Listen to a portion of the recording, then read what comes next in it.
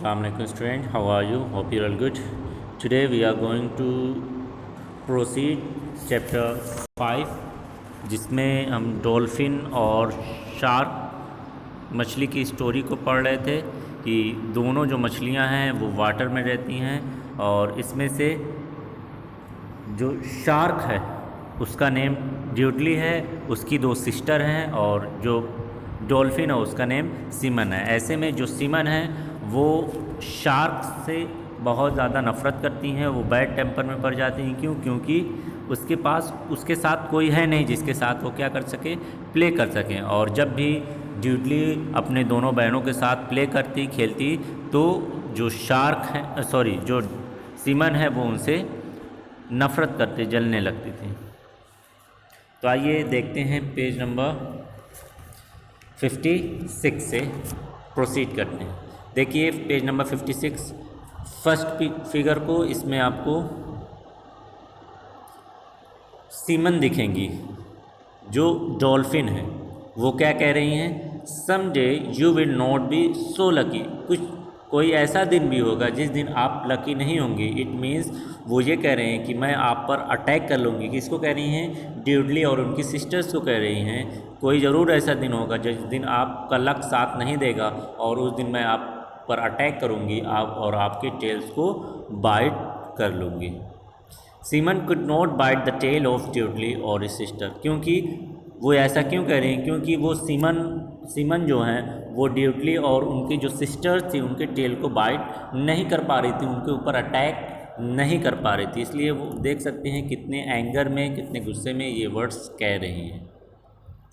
Next picture की तरफ आते हैं।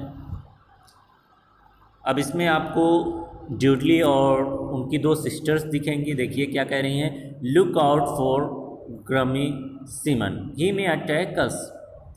कहती हैं कि ग्रमी जो सीमन है, जो बैड टेम्पर सीमन है, गलत स्वभाव वाली जो सीमन है, उस पर नज़र रखो, वो हम पर अटैक कर सकती हैं। ये तीनों मछलियाँ आपस में एक दूसरे को कहते हुए आगे बढ़ती हैं। Dudley and his sister always giggled and enjoyed themselves. Giggled means मन ही मन हंसना या धीरे धीरे हंसना, मजाक उड़ाना। तो जब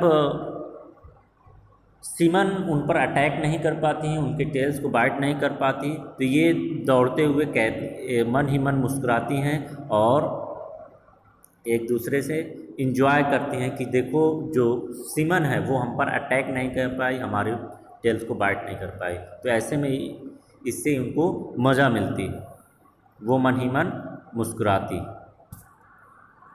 नेक्स्ट पेज पर आते हैं, पेज नंबर 57।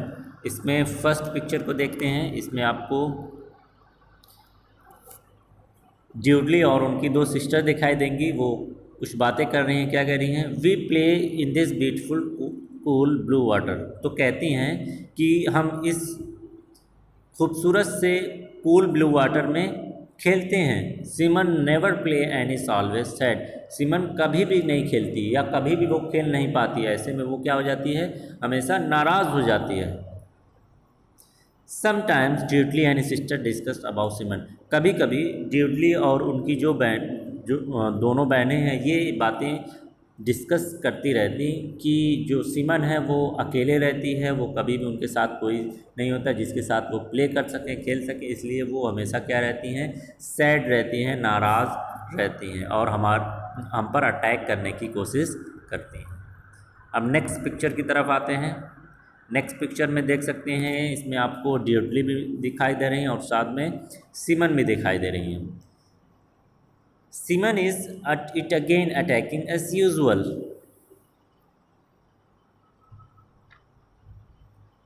देखिए इसमें जो ड्यूडली हैं वो कह रही हैं कि Seaman is at it again attacking as usual. Seaman अपनी हरकत पर दोबारा है। कैसी हरकत उनकी थी कि जब भी उन्हें मौका मिलता तो वो ड्यूडली और उनकी सिस्टर पर क्या करती, अटैक करती। और एक बार फिर से उन्हें मौका मिला हुआ है और वो यूजुअल जो उनकी आदत है वो अपनी आदत की तरह एक बार फिर से ड्यूडली पर क्या कर रही हैं, अटैक कर रही हैं, हमला कर रही हैं। One day, Dudley was swimming by himself. Simon started chasing him. They got very close to the shore. तो एक बार होता क्या है कि जो ड्यूडली है वो अकेले स्विम कर रही थी, तैर रही थी पानी में, और ऐसे में इस सीमन जो है उनका पीछा करने लगती हैं, और वो पीछा करते हुए दोनों भागती हैं, और दोनों भागते हुए कहाँ पर पहुँच जाती हैं? शोर। शोर कहते हैं समुद्र के किनारे को, शोर कहते हैं। तो इट मीन्स वो समुद्र के किनारे पर पहुँच जाते हैं, जैसा कि पिक्चर में आप देख सकते हैं। और सीमन ड्यूडली कहती हैं कि सीमन जो है अपनी हरकत जैसा कि पहले करती थी ठीक उसी तरह वो एक बार फिर से उस पर अटैक कर रही हैं। तो नेक्स्ट पेज पर आते हैं, पेज नंबर 58। इसमें देखते हैं फर्स्ट पिक्चर में देखते हैं, सबसे पहले रीड करते हैं जो लाइन दी हुई है। Simon and Dudley saw some strange footprint on the shore. ऐसे में जब ड्यूडली और सीमन शोर पर पहुंचती हैं, समुद्र के किनारे पहुंचती हैं, तो वहाँ पर उन्हें कुछ अजीबोगरीब स्ट्रेंज फुटप्रिंट दिखाई देते हैं, पैरों के निशान दिखाई देते हैं, जैसा कि पिक्चर में आप देख सकते हैं पैरों के निशान आपको दिखाई दे रहे हैं। अब ऐसे में देखिए सीमन क्या कहती हैं, हुज फुटप्रिंट्स आर दोस, ये किसके फुटप्रिंट्स हैं? इट मीन्स ये ताज्जुब करते हैं कि ये इस शोर पर किसके फुटप्रिंट आ गए। तो जो ड्यूडली हैं वो कहती हैं दे लुक वेरी अनयूजुअल, ये तो काफ़ी अजीब दिख रहे हैं। इट मीन्स ये जो फुटप्रिंट दिख रहे हैं, ऐसे फुटप्रिंट वाले कोई एनिमल यहाँ पर इस शोर पर रहता ही नहीं है, तो ये किसके फुटप्रिंट है? ये तो काफ़ी अनयूजुअल दिख रहे हैं, अजीब दिख रहे हैं। नेक्स्ट पिक्चर में देखते हैं, Seaman made a wild guess. अब सीमन जो है एक वाइल्ड गेस करती हैं, यानी बहुत ज़्यादा दिमाग इधर उधर दौड़ाती हैं, और ऐसे में एक कंक्लूजन तक पहुँचती हैं, एक अनुमान लगाती हैं। क्या लगाती हैं? देखिए क्या कह रही हैं, I wonder if it was duck bill platypus.